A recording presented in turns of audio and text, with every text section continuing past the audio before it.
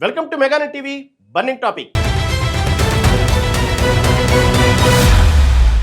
ఒక తుపాకీ గుండు పేలలేదు, ఒక్క సైనికుడు సరిహద్దు దాటలేదు. కానీ అణుబాంబులు ఉన్నాయని గర్వంతో విర్రవీగిన ఒక దేశం ఇప్పుడు కేవలం గుక్కెడు నీటి కోసం బిక్కుబిక్కుమంటూ మోకరెళ్లుతోంది. దశాబ్దాలుగా భారత్ను రక్తంతో తడిపేయాలని చూసిన పాకిస్తాన్ పాలకులకు భారత ప్రధాని నరేంద్ర మోదీ వేసిన ఒకే ఒక్క వ్యూహాత్మక అడుగు కోలుకోలేని షాక్ ఇచ్చింది. రక్తం నీరు కలిసి ప్రవహించవు అంటూ సింధు జలాలను నిలిపివేయడంతో ఆ దేశ ఆర్థిక రాజధాని కరాచీ నుంచి పంజాబ్ వరకు అంధకార కల్లోలం రేగింది. అసలు సింధు నదిని బందీ చేయడం ద్వారా భారత్ ఆడిన వ్యూహం వెనుక ఉన్న రహస్యం ఏంటి? అణుబాంబుల దేశాన్ని కేవలం నీటి చుక్క కోసం అల్లాడేలా చేసిన ఆ అసలు కథ ఏంటి? ఇప్పుడు ఆ దేశంలో జరుగుతున్న ఆ విప్లవాత్మక పరిణామాలేంటి?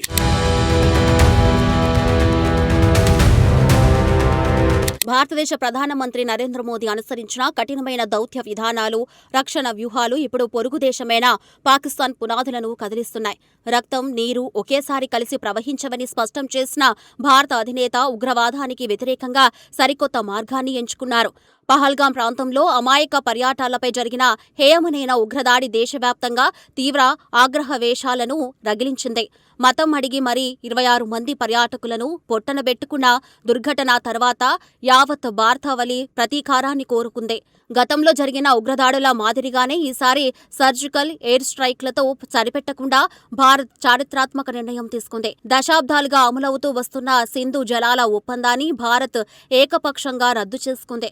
ఉగ్రవాదాన్ని పెంచి పోషిస్తున్న పాలకులకు బుద్ధి చెప్పేందుకే నీటిని శక్తివంతమైన వ్యూహాత్మక ఆయుధంగా మార్చుకుంది.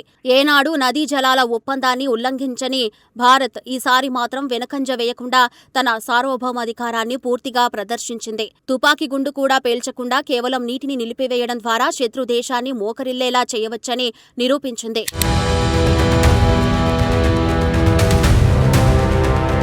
సింధు జలాల నిలిపివేత నిర్ణయం తాలూకు దుష్భావాలు ప్రస్తుతం పాకిస్తాన్ ఆర్థిక రాజధాని అయిన కరాచీ నగరాన్ని అతలాకుతలం చేస్తున్నాయి. వేసవికాలం ఉధృతంగా ఉన్న తరుణంలో నగరంలో దాదాపు 70% మంది ప్రజలకు కనీసం త్రాగునీరు కూడా దొరకని దయనీయ పరిస్థితి ఏర్పడింది. మండుతున్న ఎండల తీవ్రతకు తోడు నదుల ప్రవాహం నిలిచిపోవడంతో గ్రేటర్ కరాచీ ప్రాంతం అల్లాడిపోతుంది. సామెత చెప్పినట్టుగా అతివృష్టి ఒక శాపం, అనావృష్టి మరొక శాపం అన్నట్లుగా పాక్ దుస్థితి తయారైంది.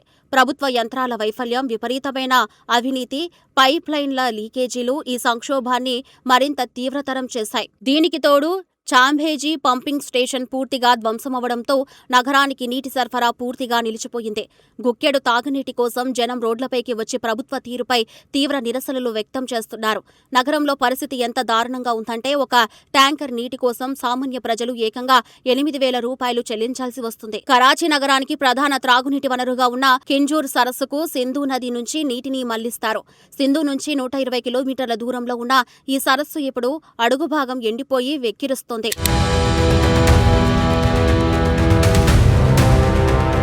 పరిస్థితి చేయిదాటిపోవడంతో పాకిస్తాన్ ప్రభుత్వం ఇది తాత్కాలిక సమస్య మాత్రమేనంటూ కాలయాపన చేస్తూ ప్రజలను మభ్యపెట్టే ప్రయత్నాలు చేస్తుంది. కానీ క్షేత్రస్థాయిలో మాత్రం సింధు నదిలో ఇప్పుడు చుక్క నీరు కూడా కనిపించని భయానక వాతావరణం నెలకొని ఉంది. సింధు, జీలం, చీనాబ్ నదుల నీటి నిల్వలను ఆపేందుకు భారత్ భారీ రిజర్వాయర్ల నిర్మాణాన్ని వేగవంతం చేసింది. శత్రువు బలహీనతను ఆసరాగా చేసుకుని పాక్ పాలకులు అంతర్జాతీయ వేదికలపై మొసలి కన్నీరు కారుస్తున్నారు. ప్రపంచ బ్యాంకును ఆశ్రయిస్తామంటూ డ్రామాలు ఆడుతున్నప్పటికీ అంతర్జాతీయంగా వారికి ఎక్కడా ఊరట లభించడం లేదు. ఉప్పు తిన్నవాడు నీళ్లు తాగక తప్పదు అన్న రీతిలో పాకిస్తాన్ తాను చేస్తున్న తప్పులకు ఇప్పుడు తగిన మూల్యం చెల్లించుకుంటుంది.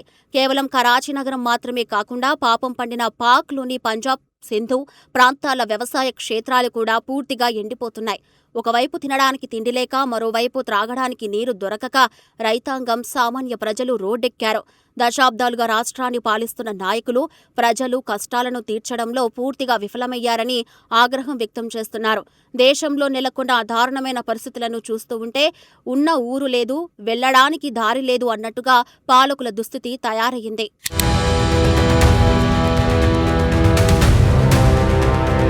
ప్రజల నుండి వస్తున్న తీవ్రమైన తిరుగుబాటు జ్వాలలతో పాకిస్తాన్ ప్రభుత్వ పీఠం అడుగు నుంచి కదిలిపోతుంది.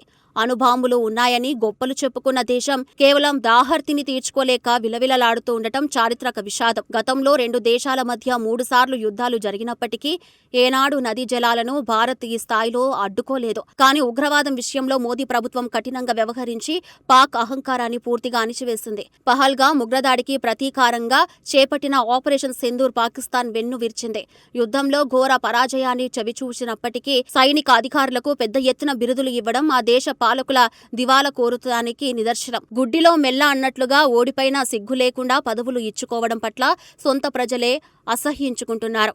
దేశం ఆర్థికంగా సామాజికంగా అతలాకుతలమవుతున్న పాలకులు తమ తప్పును సరిదిద్దుకోకుండా ఉగ్రవాద అజెండాను వీడటం లేదు. దున్నపోతు మీద వాన కురిసినట్లు పాక్ పాలకులు ఎంత చెప్పినా వారి బుద్ధి మాత్రం మారడం లేదని అంతర్జాతీయ నిపుణులు విశ్లేషిస్తున్నారు.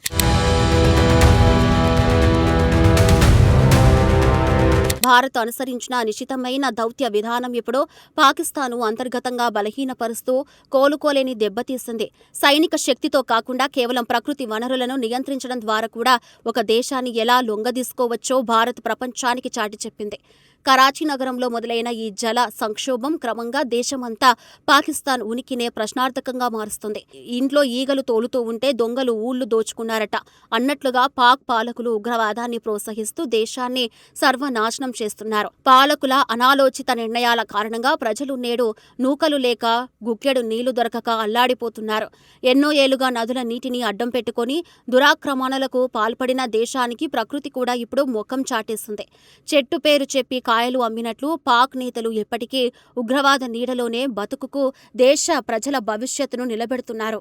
మోదీ ప్రభుత్వం వేసిన ఒక్క సరైన అడుగుతో పాకిస్తాన్ ఆర్థిక వ్యవస్థ పూర్తిగా కుప్పకూలిపోయింది. రాబోయే కాలంలో ఈ జల కటకట పాక్ వినాశనానికి పూర్తి స్థాయిలో పునాది వేయడం తథ్యమని స్పష్టమవుతుంది.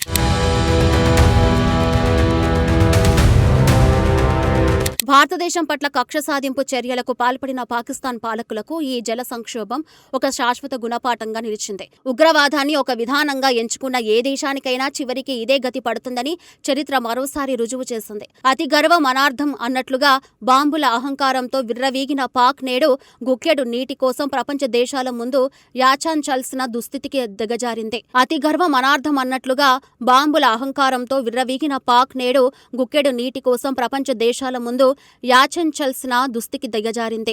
భారత్ కల్పితాలు లేకుండా పూర్తిగా వాస్తవాల ఆధారంగా తీసుకున్న ఈ చారిత్రాత్మక నిర్ణయం శత్రుదేశం భరితం పట్టింది. ఎవరి కర్మ వారు అనుభవించక తప్పదు అన్నట్లుగా సొంత ప్రజల తిరుగుబాటుతో పాకిస్తాన్ అంతర్గతంగా చిన్నాభిన్నమవుతోంది. తుపాకీ గుండుతో పని లేకుండానే కేవలం దౌత్య మరియు జల వ్యూహాలతో శత్రువును లొంగదీయవచ్చని ప్రధాని మోదీ ప్రపంచానికి చేతుల్లో చేసి చూపించారు.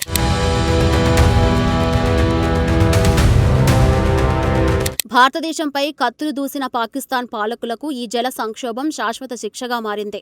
ఉగ్రవాదాన్ని పెంచి పోషించిన ఆ దేశానికి ప్రకృతి కూడా తగిన రీతిలోనే బుద్ధి చెప్పింది. అతి వినయం ధూర్త లక్షణం అన్నట్లుగా బయటికి డ్రామాలు ఆడుతున్న పాక్ అంతర్గతంగా పూర్తిగా కూలిపోయింది. భారత్ ఏమాత్రం రక్తపాతం సృష్టించకుండానే కేవలం వ్యూహాత్మక అడుగులతో శత్రువును మోకరిల్లేలా చేసింది.